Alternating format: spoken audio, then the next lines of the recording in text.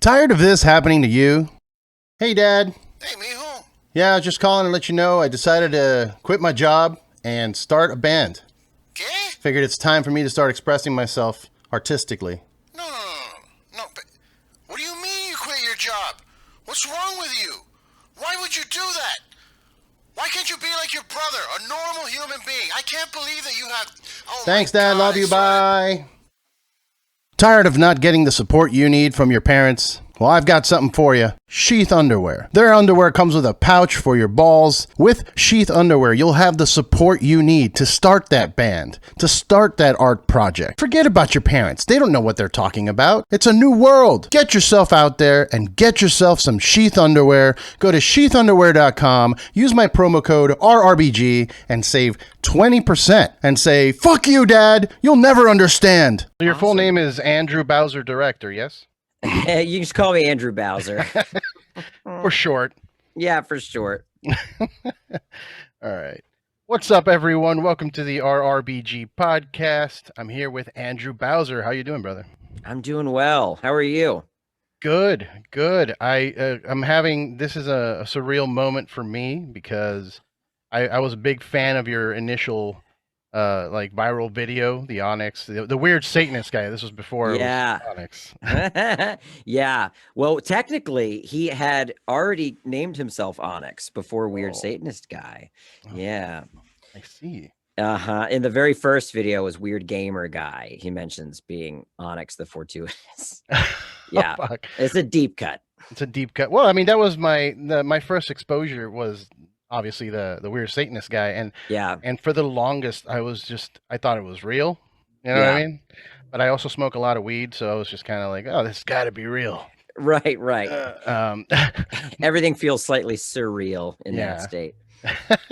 But it was funny as hell. You know, obviously a part of me was like questioning it, but for real, I thought it was a thing, and then eventually I realized like, oh wait, it's not a real thing. But you know, it's so well done the way you produced it that it just feels real. I appreciate it. Yeah. I mean, for me, it was always a lot of people over the years have said, oh, he's my favorite internet troll. I love how you troll people.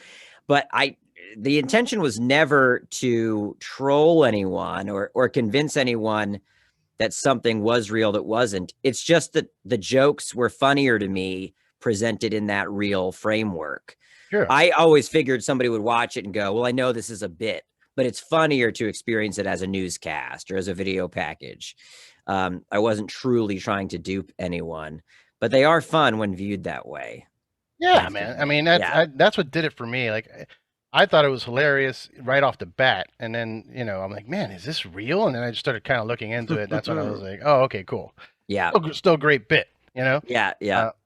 And it was around the time, maybe I'm wrong. Maybe this time frame is a little wrong for me, but I feel like it was around that time that guy was doing the F-er and the P, where like... Oh, what is that?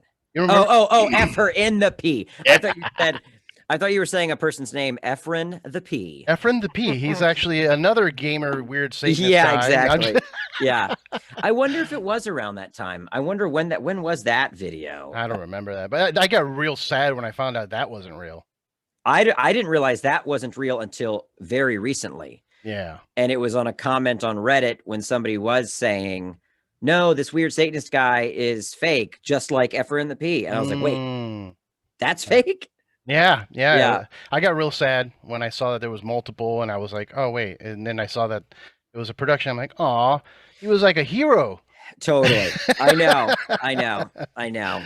Yeah. But hey, similarly with Onyx, I mean, if the connection I felt, you know, I never was per se like an Onyx type, but I'm a nerd. Like, I like video games, and I like, you know, Magic the Gathering and metal. Yeah.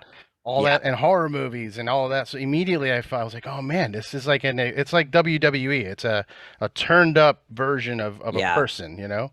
And he's got so many niche interests. He can nerd out over anime, but he's also a horror nerd and into metal. Yeah, it's, you know, in one video he's a furry. So he has many niche interests as well that I think can help him connect to many different types of people.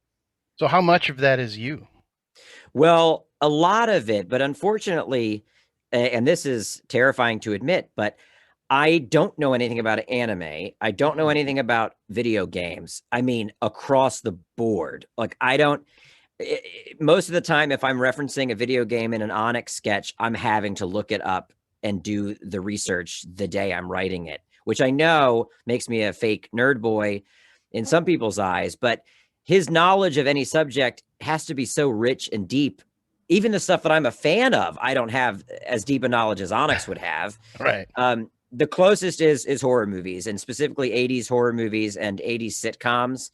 Whenever he references that, I'm usually pulling from my own knowledge base. But when I shot at one at an anime convention, I guess almost 2 years ago, and I had to sit and watch episodes of One Punch Man and like research characters in Cowboy Bebop to write the script.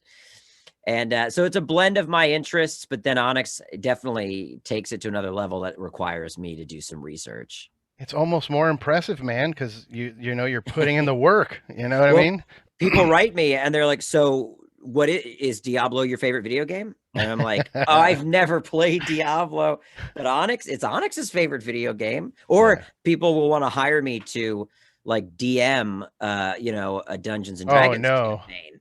And I'm like, I wouldn't know the first thing about. I have played Dungeons and Dragons, but I'm not a D&D connoisseur, so I'd be out of my depths.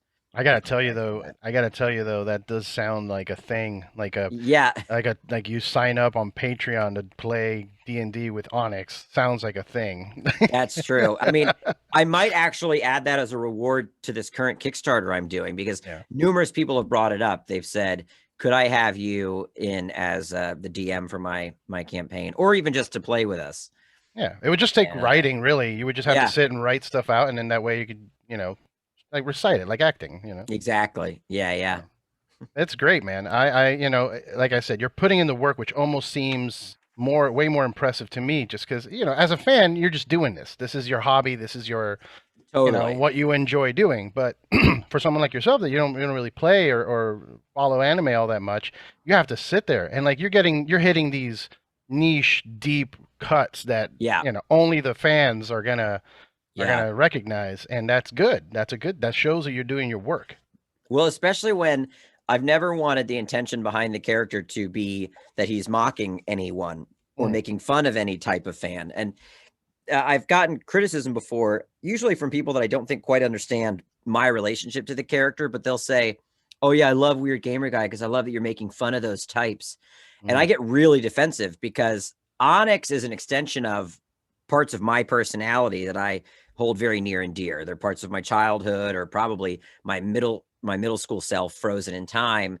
And so to think that I'm utilizing him to make fun of anyone, it just breaks down. That's not how I compute what I'm doing, because I hated being made fun of in middle school. So why would I then create a character that was mocking that type? For me, it's like a celebration of those quirks and making Onyx someone that is comfortable in his own skin, ultimately, even though he's so anxious and twisted up. And so if I approach a subject like the furry thing, I asked people to be in his Weird Furry Guy video, and a lot of furries said no, because they were afraid we were going to make fun of them.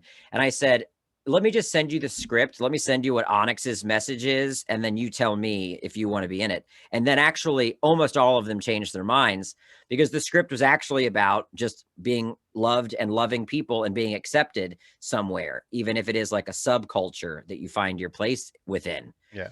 And then you think like, yeah, but you're calling it Weird Satanist Guy. So are you saying Satanists are weird? Are you calling Weird Furry Guy? Are you saying furries are? And I'm saying, no, I'm saying that's how the world would define him.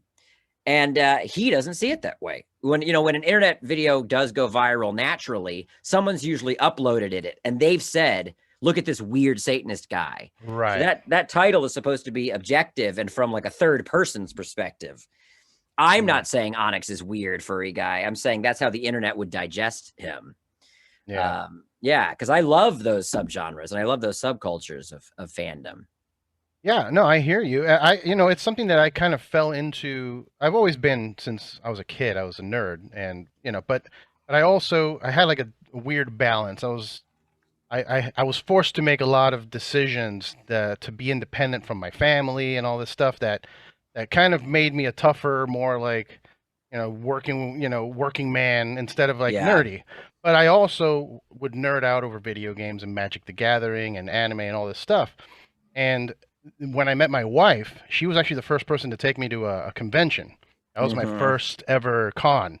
And I saw this world that I was like, wait a minute, what? Like, Yeah. this is what's going on? Like, Yeah. I thought I was just me sitting at home watching a thing and like, maybe I'll buy some merch. But like, Yeah. oh my goodness, it's a whole world. And I got to, I started going to every con I could, not to become like a con goer, but just and like observing and like, okay, Yeah. wow, this is nuts. Like, and I appreciate it. It's all love, like Totally. you know what I mean? Well, especially, I think one of my first Comic Cons was like Baltimore Comic Con because I'm from Maryland originally. And I must have been like 11, 12, maybe. And a big thing back then, and this is going to sound insane to anyone listening that's much younger than me, but there were certain answers you couldn't get unless you were at a convention and you could talk to other people that collected the same stuff and kind of spoke the same language. I'd have questions about comic books that going to a con would get them answered because I could talk to the people that are there selling those books or meet the artists. Yeah. It's not like now where everything's on the internet, or it seems like all information's on the internet. Conventions were a place to like really converse with like-minded people and gain information and knowledge Yeah. in a really tactile way. And socialize, which is And something socialize, that yeah. nerdy people have a hard time with. Like Yeah. I used to have a hard time with, how do you approach someone like, hey, do you like pro wrestling? Totally, yeah. Like, Whereas you can assure yourself that if you're at a convention, everyone for that, there, yeah. everyone there has that common ground. Yeah, it's much easier to enter into like social interactions that way. Yeah. So, were you like that growing up with that social anxiety? Is that where that aspect of Onyx's personality comes from? Yeah, but what's weird is I don't think I think as a little kid, I didn't have it as much. I think I remember, third, fourth grade, still kind of being pretty free and loose, thinking I could be friends with anyone and everybody was nice. But it really was like going into middle school when social cliques started forming and weird, like little kid politics started forming. And all of a sudden, like a guy I was friends with in the third grade, now in the fifth grade, just made the decision that I was his enemy. Mm. And navigating that, I mean, I remember specific instances where I was like, I don't know what to do in this situation. And then it just crept in and it really got a stronghold though in me to where, yeah, I mean, middle school, I always had performing to kind of unite me with people. I acted since I was really little. So I'd feel Okay. safe in drama class and I'd feel safe doing plays. And then that kind of provided that common ground. Somebody could be like, oh, you're in the school play. Oh yeah, you're playing so-and-so. But like just on my own in a class, God, yeah, I wouldn't know how to talk to anyone. I mean, forget talking to girls. That was way beyond what I could even think of achieving. But yeah, so I think somewhere in there that just got frozen, and that's what Onyx is. He's this kind of perpetual state, I guess, of arrested development. But it's very easy for me to access. So it definitely is in there and not even very far beneath the surface. And when I kind of close my eyes and think about him, yeah, I'm in middle school. So I think that's where it happened. I just remember kids being so all of a sudden so tough. I mean, Yeah. I remember the threats in elementary school were what? Like, I mean, I guess a kid threw a dodgeball at me once when we weren't even playing dodgeball. Or I guess in like first grade, a kid did strangle me on the playground, and my friend stopped him. But then I got to middle school and it was like, oh, I want to fight you. You want to fight me for what? Just because meet me at the McDonald's on Route 3. We're going to fight and like hit each other, like all of a sudden it was just like, It's oh, hormones, God. man. The hormones. Yeah, You that's start, true. the ladies are around now and you're like, wait a minute. that's sexy. Instead of like, oh, it's a Yeah. girl, ew. It's like, oh, wait a minute. Why do I And like her? yeah, and guys start to feel like, well, I can't just be friends with this kid. I've got to also beat him up to show that I'm an Tough. alpha. And I'm Yeah, like, yeah. what? We can all just hang out and chill, right? Yeah. Can't we just talk about perfect strangers and Alf like we used to? Yeah, I don't know. It's such a weird thing, and that's something that schools don't even prep you for. Like Oh yeah. you learn about it in school, but you don't. They don't teach you anything about that. Like, hey, by the Yeah, way, around this, maybe in like 2 years, things are gonna totally. get weird. It's true. I never got the heads up that yeah, everything feels kind of freewheeling and open right now, but once you get into 5th, 6th grade, it's going to get tough. I never really got that heads up. And Yeah. which also kind of led me to keep it to myself. Like when I've told my parents now as an adult, some of the like bullying that I went through at school, because middle school was bad, but then you get into high school and it was a whole other ball game. Yeah. Then there was like real physical threats and like Deeper real psychological threats. oh yeah, I mean gosh, high school was like Yeah. and yeah, and I remember telling my parents about it as an adult and they were like, we had no idea you were experiencing that, because I think as a kid I didn't even think about talking about it Mhm. because it wasn't a subject that was broached by anyone around me. Right. And then I even got paranoid about talking about it to my other friends because I was like, well, if they don't experience this, I don't want to look like a freak. You know, Right. why are people making fun of me? Why am I the target? And Yeah. we wound up in middle school forming like a little crew of guys that were a comic club, and we would draw comic strips, and our name was the Born Losers, and which is eerily similar to the Losers Club or whatever, Right. and Yeah. Stephen King. But we were the Born Losers, and we gave ourselves like super power alter egos, and that's how we got through a lot of middle school. We'd each like take turns drawing a page and then traded, and then another guy drew the next page, and that was part of what got us through. That's really good. That's art therapy right there. It's You know? true. It really was. It really was. Yeah. So when you finally got Onyx kind of like, I guess, shaped as a character, when was it that you decided you wanted to maybe do a movie about it, or have him in a movie? Yeah. Well, what's so weird about him is that I remember the first time I started performing some of the vocal tics that the character would have. The first thing I thought of was him saying, I don't know, really quick. And I just thought it just came to me as a standalone phrase. I thought it'd be really funny if there was a character who was so insecure that he backpedaled after making any statement, even if it was a statement that he was certain of. What's your favorite video game? Diablo 3? I don't know. And you're like, well, you do know it's Diablo 3, but just always in his head, because I've always been accused of being in my head. I had a girlfriend in high school who said, you're always in your head. And that was, we're 17 and they're giving me that kind of diagnosis. But Jeez. yeah, but so it started off as these vocal tics, and with Weird Gamer Guy started exploring these jokes that would or could lead to backstory. And, it sounds like an aside and a joke that would never pay off for him to say he lives in his mom's basement, or that he's got a stepdad that doesn't like him, or a biological father that doesn't see him as his own. They seem like jokes to just kind of laugh at the character.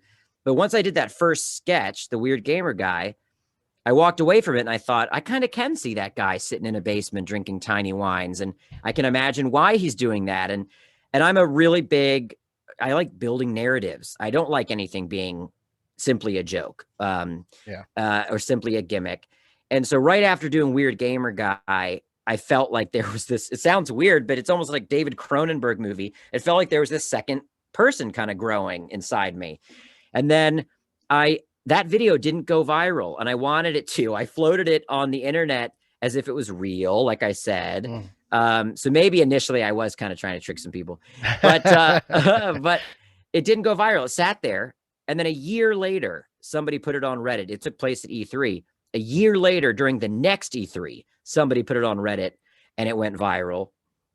And a friend of mine said, are you doing that character still? And I was like, well, I had done some sketches in between where I was kind of Onyx, but I don't think I knew he was going to be a fully formed personality. I thought he was just like a nervous character I do. So I did another sketch that was like Weird Comic-Con Guy, but it's not even Onyx. There's no wig. He's not even dressed the same way. And I consider that to be not canon. Okay. But I was doing some of the same vocal tics, but he was a little more aggressive in a way I didn't like. But so when Weird Gamer Guy went viral, my friend said, you should really do a video like that again. And I found the Satanist news video and decided to shoot out on the street in Burbank and then splice it together. And then once I did that, I immediately was like, oh, wow, this guy's been kind of brewing in me for a while. And now I see even more of him. And with each news video I did, I'd kind of learn more about him. And then I immediately started thinking, well, he could be a Pee-wee or an Ernest, or Wayne's World. He could be a good sketch character that might have some legs. But everybody else around me didn't agree. They're like, well, no, he's catchphrases. He's a meme. He's a meme. And the idea that someone like me from the 80s would just create a meme, I'm never going to be happy with that. I don't know what that even, I know what it is, but I don't know as a writer what achievement that is. So I was always hoping to turn him into a three-dimensional character, but it took making this web series called Welcome to the Shadow Zone with my, where I used to work, a place called Nerdist. That was the real test of, I'd only done news videos and sketches with him. Can I place him in a narrative environment? And when I started writing that, to be honest, it was tough because the energy he may have being caught on the news, that's a different energy than him sitting alone in his basement. Maybe he's more comfortable. Maybe he's more relaxed. Maybe he doesn't even say, I don't know, a lot when he's by himself. And it took me writing him in different environments to really, really believe that he could be a character in a feature narrative. But after we did Shadow Zone, I was really sold on that idea of taking him to another level in a narrative context. And I had many ideas over the years, but it just wasn't until recently where I really feel like I figured out the specific plot that would help the character make sense to a new audience and to people that have liked the internet videos for years. Nice, man. I honestly, when I saw the announcement of the movie, the first thing I was like, of course, that makes sense. It Well, that's good. Should have That's happened good. a while ago. I'm glad that was your reaction. Yeah. Yeah, and I got super excited because, like I said, I that video was hilarious to me. I connected immediately, and Yeah. I even blame you for some psychological trauma that I have now. Where Oh no. yeah, like every once in a while I'll say I don't know, like real quick, Yeah. and I'm like, damn it, I'm doing it because of that. Sometimes I will say it not as Onyx, but since I am Onyx, people will laugh when I say it. If I'll be in a meeting for work and I'll say, I don't know. And they're like kind of giggling under their breath. And I realize that they must know his videos. So have you felt that maybe a little bit of you is turning into Onyx? Well, without a doubt, when when my anxiety spikes, I just become him. I may not get the same vocal tics, but everything that hinders him is somewhere inside of me. He really feels like the whole world's against him. He really feels like everyone's waiting to judge him. Everyone's waiting to heap shame on him. And when I get upset or again, my anxiety spikes, even navigating this Kickstarter, just every day is, are we going to get the money? Are we not? Do people like the character enough to support it? Do they not? I find myself having waves of like, no one believes in me. Everybody thinks I'm worth nothing. You just get to these manic places. And then I realize, oh, that's Onyx. That's why that's in there. It's like kind of getting close to it's like a live wire is exposed. And at any point I can reach out and touch it. I just probably shouldn't. But he is is the exercising of that energy. I mean, I'll be angry about something and it sounds lame, but I mean, you mentioned art therapy. I'll sit down and make a TikTok where Onyx is angry about something else, but it's really to get my emotion expressed or at least kind of exercised from my system. No, it's good. And makes that the realness of it makes it like a more passionate video, something that people will connect to more because they're like, oh, he's feeling that, Right. Yeah. Well, that's one thing I realized early on was I've never had a hard time. I used to be in a band and a criticism of the music from another band who I really liked was like, it's all very urgent. And I was like, what do you mean? They're like, I don't know. Everything's it's not relaxing. And I was like, yeah, well, it's very tense. And now I realize that urgency or passion, I do think in the music maybe sounded a little too intense. But as Onyx, it just means there is this emotion. I mean, I can't put him in any scenario without him having an extreme emotional reaction, which, yeah, it helps ground the character. It helps him maybe even be a little bit, I wouldn't say more than Ernest or more than Pee-wee, but in a way, I mean, I love those characters and I love Napoleon Dynamite, but I also wanted to create a character, and especially with this film, where you can see Onyx cry or break down because of a loss in his life or be panicked out of fear, and it actually feel real and not played strictly for comedy. That's always been the goal, is to kind of ground everything with an emotional base. Okay, so is the movie gonna? I mean, is it obviously it's a comedy, but I mean, Yeah. there's horror elements. Are Yeah. there gonna be like real drama elements as well? There are, I'd say they're kind of localized to Onyx's past. Basically, ever since the very first video, I've made jokes about his relationship with his dad or his stepdad and his mom. And I'd say if there is a dramatic anchor to the movie, it's the scene that happens in the center of the movie where through something kind of supernatural that happens at this mansion he's at, he actually gets a glimpse into something from his past that, you know, to be frank, is a look at some trauma in his life. And it's nothing too heavy. I don't think it's something that would sink the vibe of the film, but it's definitely heavy. And I had a few friends read the script so far, and it's funny, the reaction, almost everyone says that scene is key. You've got to keep that scene. It's like surprising how emotional it is. But then one friend was like, I don't know, man, that might be too dark for this comedy. And I'm like, but also in the same comedy, people are getting murdered because it's a horror comedy. So it's not out of the question to just have a little bit of kind of family trauma explored. Yeah.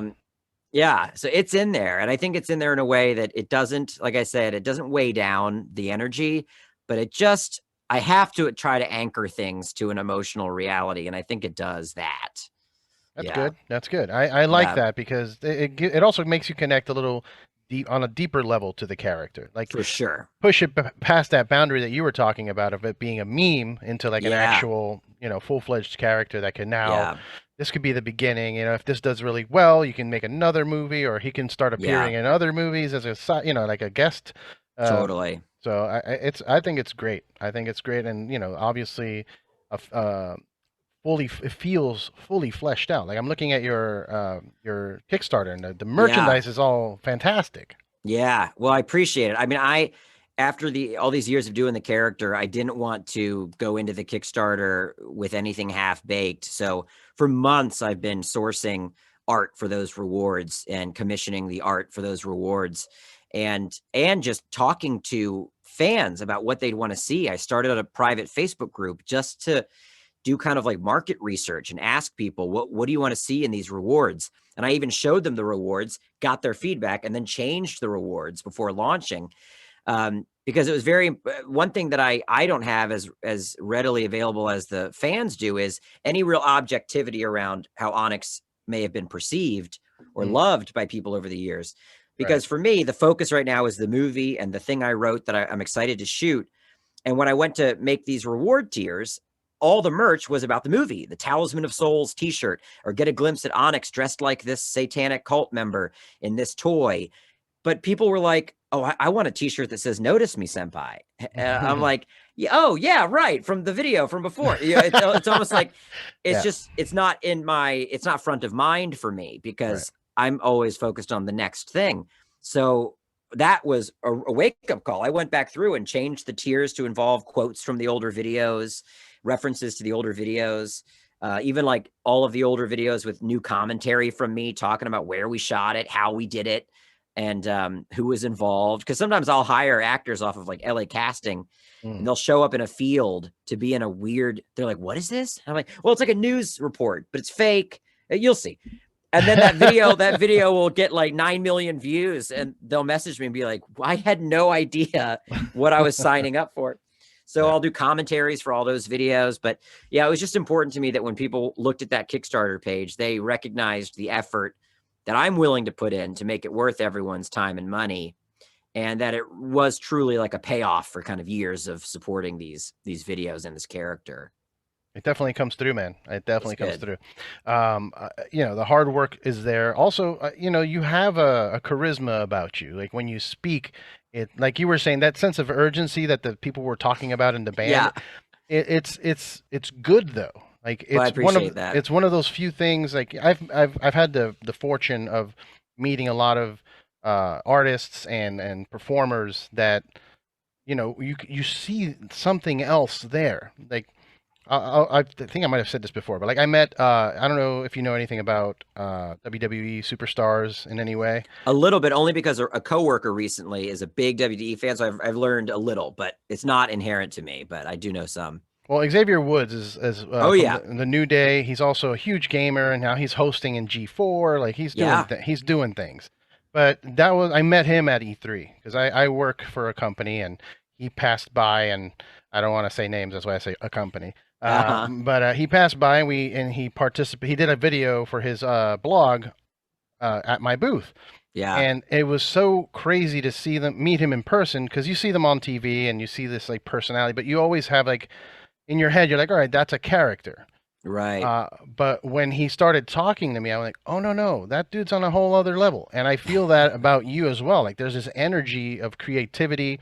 The way you speak is very eloquent. So like those moments that Onyx has where he goes on a rant of like opening up the gates of blah, like he Yeah. goes like, but so detailed and so well spoken. Like I knew that was also your normal personality. Like that. Right. That's not just something like people can't just fake that.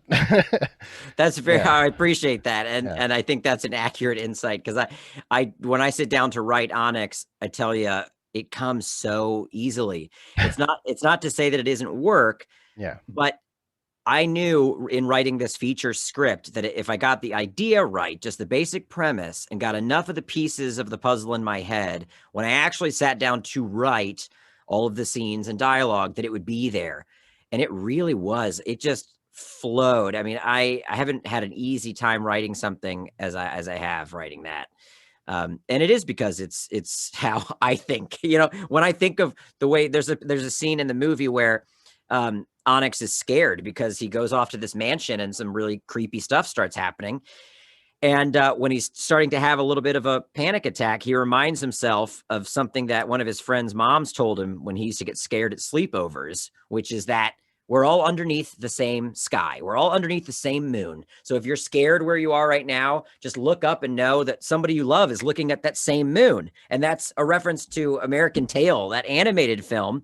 And so my friend's mom used to sing somewhere out there beneath the stars tonight, or from American Tail, to calm me down when I was having panic attacks. Fievel. So that's in the movie. So it's like all I have to do is, whether or not we can keep that song in the movie, we'll see. But licensing. Yeah, but the energy of, okay, Onyx is scared. Onyx doesn't know what to do. He wishes he weren't in this creepy mansion. He wishes he was home. That memory comes to mind, and then I just write that memory. And if he weren't such a deep part of me, that wouldn't be so easy. I'd have to be manufacturing this stuff, fabricating it. But instead, all I have to do is relax and think about those memories from my childhood. And then that's right there on the page.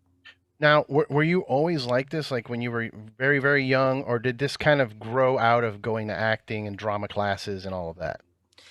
I do think it started very young, but my relationship toward creating has definitely grown, and maybe mutated is the better word.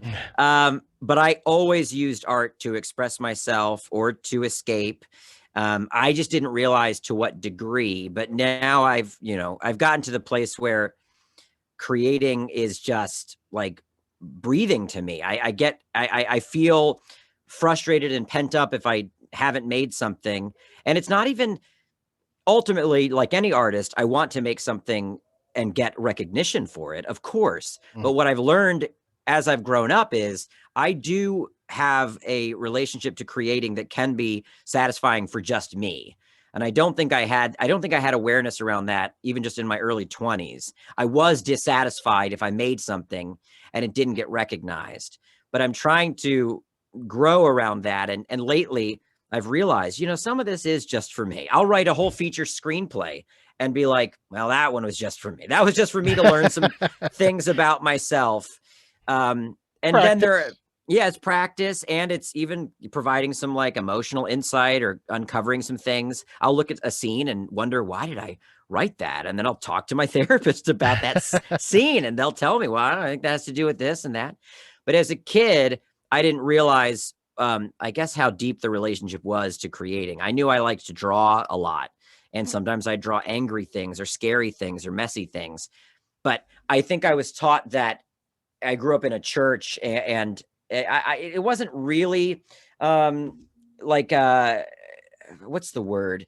It wasn't super sheltered and super evangelical and strict. Yeah, but there was just enough of that oversight to kind of impede on my creative process. I definitely would get criticism every once in a while from youth pastors or leaders that would say, well, why are you writing stuff like that? Or why are you drawing stuff like that? And it was just enough to get a little bit of shame on me for creating the way I did. So I think for a long time as a kid, I thought what I was creating, that maybe it was shameful. Like I draw a weird picture of a decapitated clown, and screaming and bleeding, and think like, oh fuck, what's wrong with me? And now I just have a much healthier relationship to it. So it thrives more now because I understand it's there to help me. Whereas as a kid, I applied a lot of value to it. Like, these people will like me if I get this part in the play, or I'll have better standing socially if I can be the kid that booked a part in a TV show. That makes me cool. And as you get older, a lot of that stuff wears off, because if you're going to just be an artist for a lifetime, you have to learn to relate to your art in a healthy way. And even with Onyx, if I make a video that doesn't get a lot of views, I'm tempted to be like, man, Onyx, you messed up. Why weren't you funnier? Why didn't more people like that video? Yeah. And I've gotten to the place where I don't shame him the way people used to shame me. I'm like, you know what, man, we're doing this together. I thought it was funny. Right. I liked the video, and definitely in writing the script, I had to have that energy. I couldn't think about the end goal. I just needed to make myself laugh and feel like I was utilizing Onyx and the art for the right reasons. Yeah. Yeah, it makes it more authentic, because that definitely is a chase that a lot of creatives have, where and it's a root of a lot of mental health issues for a lot of people. That it's a deeper TED Talk type conversation about the effects of social media and everything. Oh my gosh, I know. But what you were saying, that kind of it's what makes an artist good too, is that kind of like self-examining, self-criticizing, but there has to be a line where you don't put yourself down too much, because that's where the depression comes in, where you're just like, well, I'm just going to give up. I don't want to do it totally anymore. Yeah. I know. I've been lucky that my, knock on wood, I've been lucky that my fuel source is very easily replenished. I'm not an artist that goes into long stretches of a drought or a depression. And I know I'm very lucky to not experience severe depression. But it seems like just going back to the well is easy for me. And I don't know if that's because I've kind of self-entertained for so long, but I can get angry and frustrated at something. And, maybe it's a day before I feel like, well, that's all right, I got the next thing, and it's this, like I come back around pretty quickly, which wasn't always the case. There used to be longer downtimes, but now I don't know. I feel like I'm in a rhythm where I truly enjoy creating, and I'm happy when I go back to the well to find out what I want to do next.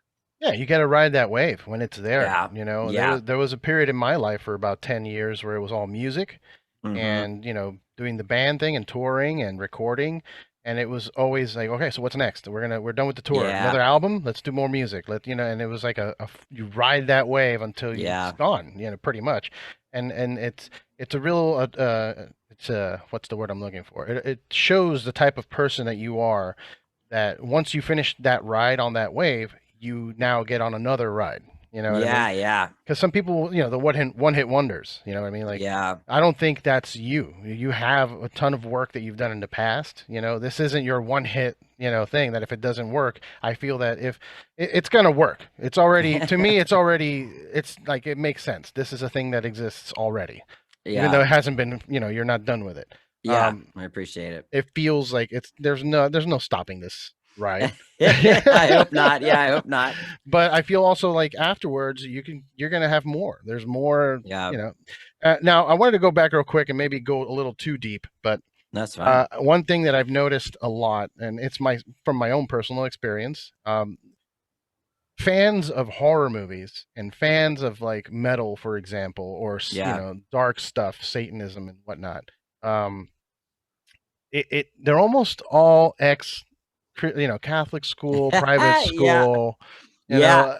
and it makes me wonder, like, do you realize, like, the school is responsible for this? Like, you made me understand what horror is. You fed me this fear for years. Like, like there's the God-fearing man. That's that phrase, right? You're a God-fearing man. So you learn about fear in these schools. It's without nuts. a doubt. Yeah. And I think on a like real foundational level, right, I was taught to be afraid of the wrong things, when really what I felt was most damaging, more than anything, more than any horror comic book I could read or scary movie I could watch, the thing that was most damaging to my psyche growing up was the idea that there was an omnipotent being who was unhappy with me. Right. That is, I mean, and that's, Onyx rarely talks about God, but he mostly talks about the devil, Right.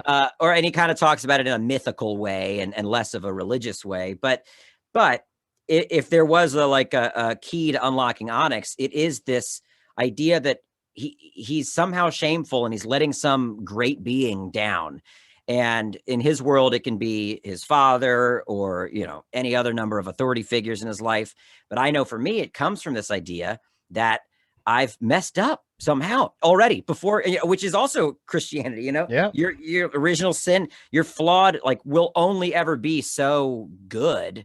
And I just related to that too well growing up. My personality type was like, that's right, totally, I'm a piece of shit. Yeah, totally, got it. And that to me is scarier than any of this stuff. I mean, I get messages from friends of mine that are still Christians or go to church, and they're like, a lot of my friends are like, so are you a Satanist? I mean, you can't be.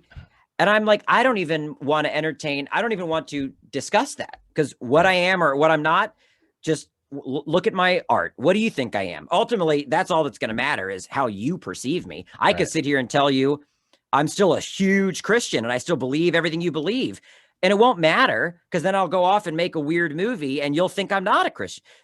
Most of that thinking is around them wanting some amount of safety in their world. Mm-hmm. And I'm not here to provide any kind of answer or safety for their world, for their paradigm. I mean, I had a friend recently that was like, I showed one of your videos to my girlfriend, and she was like, well, he's not a Christian. He can't be, and make that. And I'm like, well, if she thinks that, then she's right. I mean, I can't change her truth. Yeah. And I don't want anyone to try to affect mine. And when early on in my horror adventures, my mom was like, why do you like all that ugly stuff, that weird? And I'm like, what?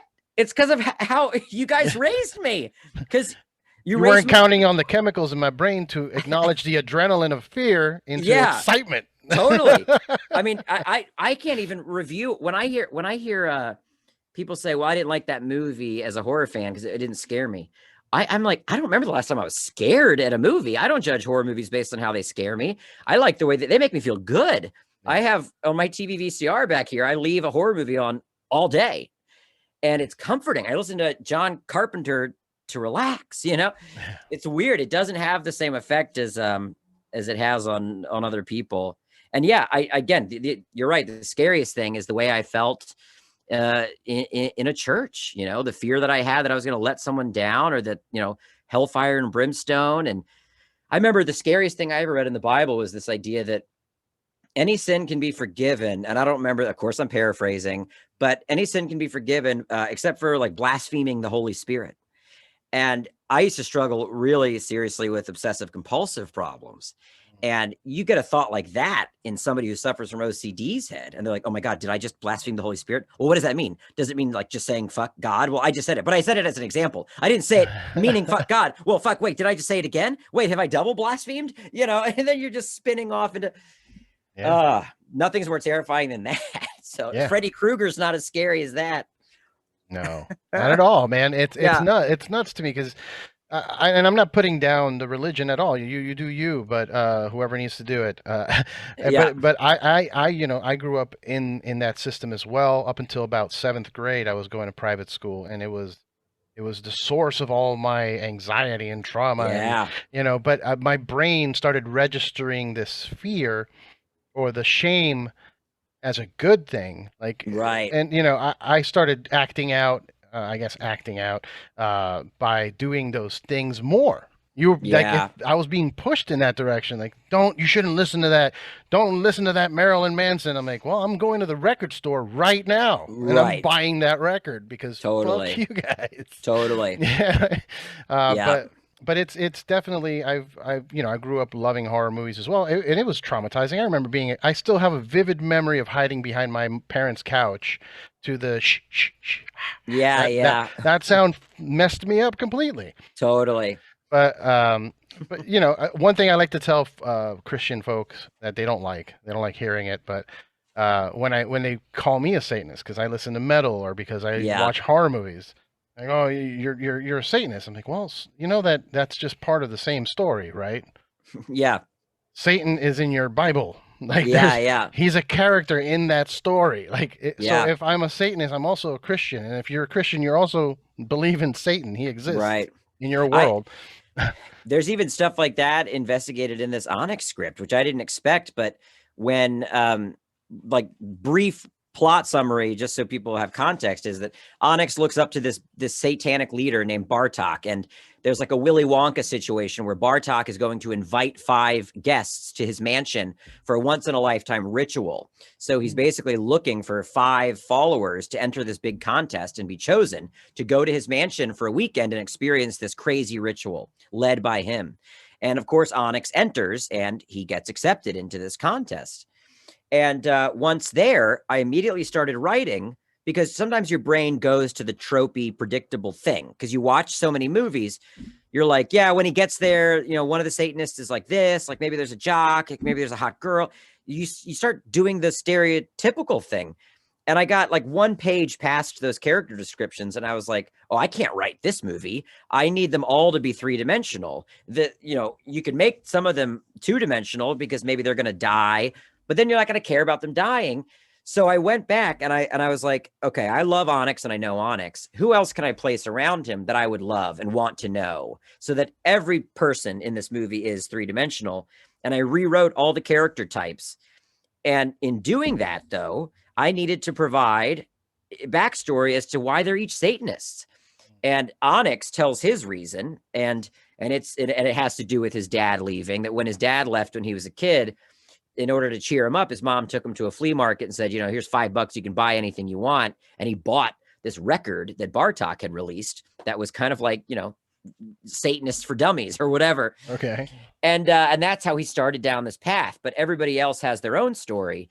And it made me have to investigate God and the devil and how people relate to those entities and how they kind of rewrite a lot of what those entities are and for their own purposes. And I wrote a character who's a woman that was a Christian her whole life, was the wife of a pastor, and who was taught that, serving the Lord would kind of keep her and her family safe. And that if there was a problem, it was because of sin. That's another thing you're taught in certain churches, is like, even sickness, they'll say, well, usually sickness is because you let a sin into your life. You partnered with the devil on some level, because sickness comes from the devil. It doesn't come from God. Right. So if you're sick, what did you do to sin against God and make yourself sick? And that's a mind fuck.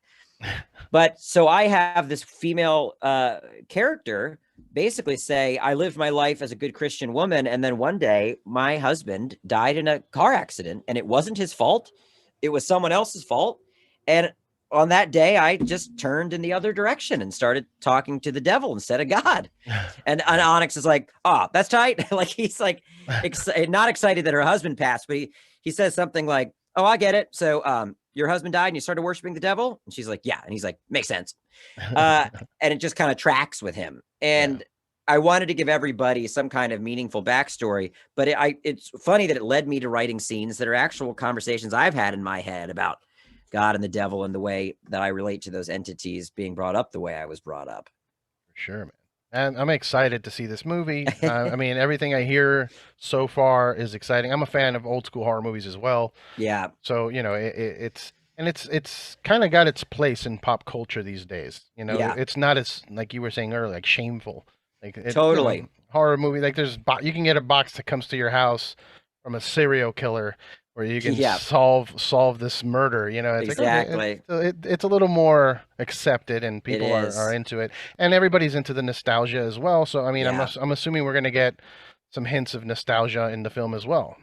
Yeah, the whole vibe is the funny thing is, when I watch stuff that's considered throwback nowadays, especially to 80s horror films, they might throw back to the style or some of the tone, but they forget that not all these movies were just campy and trash. Like a lot. I mean, I have Pumpkinhead on my TV almost every day, and that movie, there's some dumb teenage characters that are underwritten, but there's also a great deep performance given by Lance Henriksen.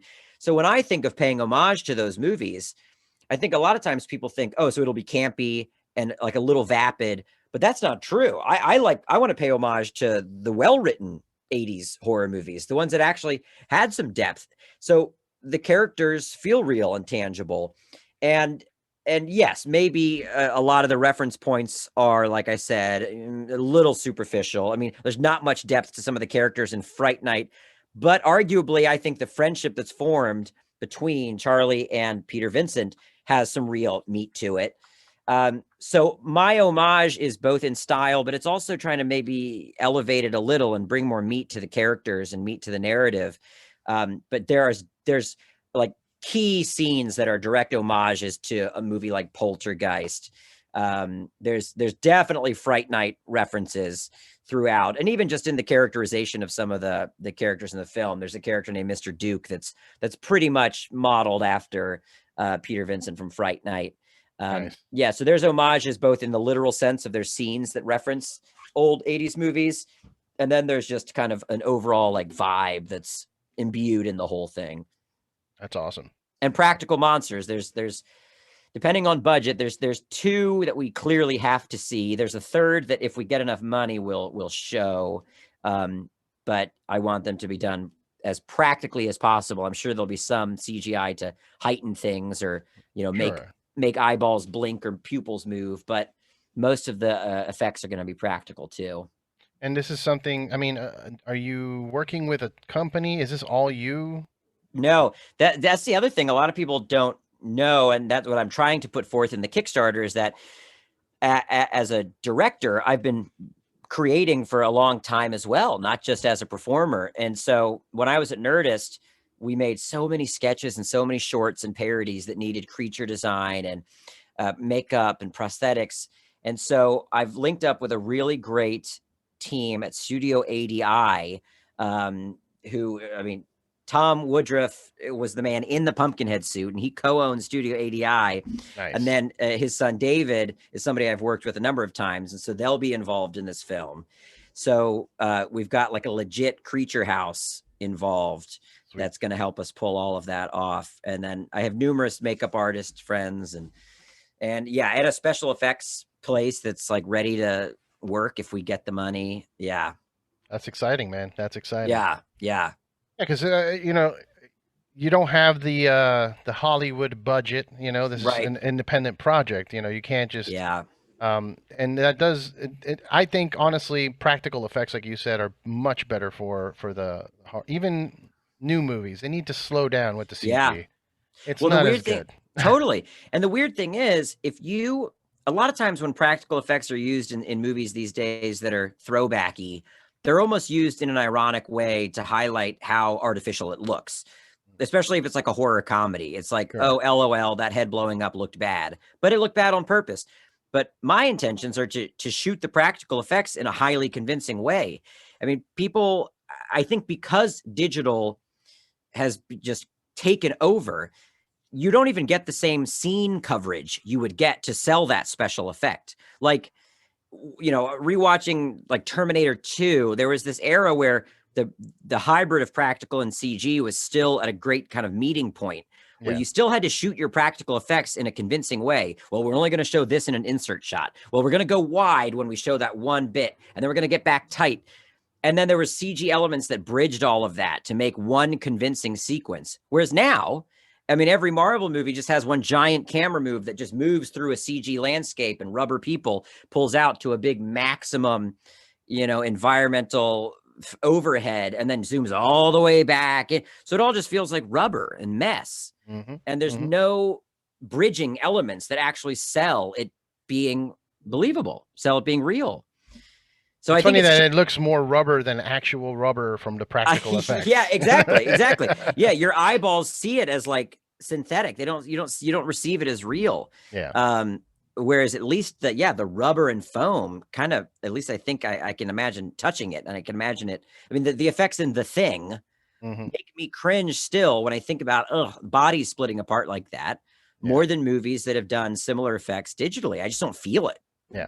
Yeah, it's empty. It feels empty to me. Like I love the Marvel movies just because I'm a huge nerd that likes comic books. So for sure, even if there are CGE, you know, a little rubbery, I still enjoy it. But But you know, I think the best thing they did was that like mixture of practical and CG with Thanos, for example, with Josh Brolin. Like they did a good job with that. But I've always like that was my big problem with The Matrix 2. Like the first one had this revolutionary camera work that everybody was blown away by, and then 2 comes along and they have this giant fight scene with like 30 or 40 dudes that all look like gummy bears. I know. I remember in the theater thinking like, what the hell? What am I even supposed to watch? What am I tracking? Who do I look at? Yeah, it's just this a melee. Yeah, it's a lot of little things that people don't. You know, I try to get. I'm not a director, but I've been watching films since I was little. I don't consider myself some kind of like professional or anything, but I've just been a fan forever. And I'll get into these conversations with people like, hey, why do you think Mad Max was so good, Fury Road? Yeah, you know, it's because of the directing, like totally the directing of the camera and everything. And they're just like, no, it's the special effects, it's the acting. It's like. Yeah. Okay. I mean, that's a perfect example of a movie blending practical with visual effects. I mean, there's so much that's real in that movie, and then all of the CG is used to heighten everything and make, you know, environments feel bigger and make the backgrounds feel more expansive. But like, you can feel people physically landing on vehicles and hitting platforms hard. I mean, it all feels so much more lived in. Yeah, for sure. Well, man, I'm excited. Like I said, if you need a big tattooed monster that does death metal vocal growls, let me know. I know a guy. And then, but anybody that's watching or listening to this right now, I'm almost guarantee anybody that listens to this show knows the weird Satanist Guy video. Like it was super viral, and it was specifically viral amongst the people like myself and my, you know, the people that listen to the show and musicians and comic people. And you've definitely seen this video at least once in your life. So help Andrew make this movie, be a part of it. Like the Kickstarter, I'm looking through it here, and depending on the tier, the rewards, like you can get your name in the credits all the way to like actually being in the movie. Yeah, totally. Yep. And there's also stuff that will just get you a link to watch the movie when it's done. There's tiers that get you a Blu-ray copy. Then there's cool swag, there's t-shirts and stickers, and there's a comic book, a cartoon. You know, speaking of 80s throwbacks, there's a Mad Ball. You can get an Onyx Mad Ball. I was going to ask you about that. What's up with the Mad Ball? The Mad Ball. Is it like licensed? Like, where'd you get that? No, that's why I'm calling it a freak ball. I've called it a freak ball. It's our version of a Mad Ball. Yeah, it's there's a lot of cool stuff in there. And then at a pretty high tier, you can get a vinyl toy. But there's plenty of lower options too. And I see a Fez hat, Fez cap. Yeah. A Fez, because in the movie, when they join this Disciples of Abaddon cult, they get these fez hats. All right. Yeah. I see the VHS is a slime green VHS. Slime nice throwback. green. Yep. Slime green VHS. I had a green copy of Ninja Turtles VHS, and that's what I wanted to give people. Yeah. So what's the easiest way? Is it Kickstarter.com? Is there like a website, or should they just go to onyxthemovie.com? Onyxthemovie.com. That'll take you to the Kickstarter. That's the link I've been pushing, and it's ONYX themovie.com. Onyxthemovie.com. And we've got about, at least at the time of this recording, we have about 36 or 35 days left. And the thing I'm really trying to wage war against is the mid-campaign slump. Everybody tells me there's a slump in the middle of the campaign, so get ready. So we're about a week away from what could be our slump. So I'm trying to fight through it and get as many backers as I can over the course of the next week. Well, everybody listening, chip in. Just, please. $5. It may seem like nothing to you, but it means the world. It gets things moving. Yeah, it really does. Past that slump that you mentioned, because I have noticed that like, there's that middle slump, because everybody gets excited at first. Totally. And then there's kind of like, now what? Like, totally. Keep it going. But yeah, go to onyxthemovie.com. Follow you on the social medias at the Andrew Bowser Director. Yeah. Is that across the board, or is that just Instagram? That's just Instagram, Andrew Bowser on Twitter. And then my YouTube channel is Bowser Vids Totally. Bowser Vids Totally. Yeah. All right. But yeah, check it all out. Support Andrew. Thank you so much for your time, man. I appreciate it. I'm gonna be getting one of those shirts. I like the one with the pentagram and his face. Oh yeah. Baseball tee, the raglan. I want that. So that's great. Picking that up. But awesome. Thank you. Thanks again, guys, and please tune in. Help him out. Let's make this movie. Thank you for having me. For sure, brother. Take care. All right. Bye. Later.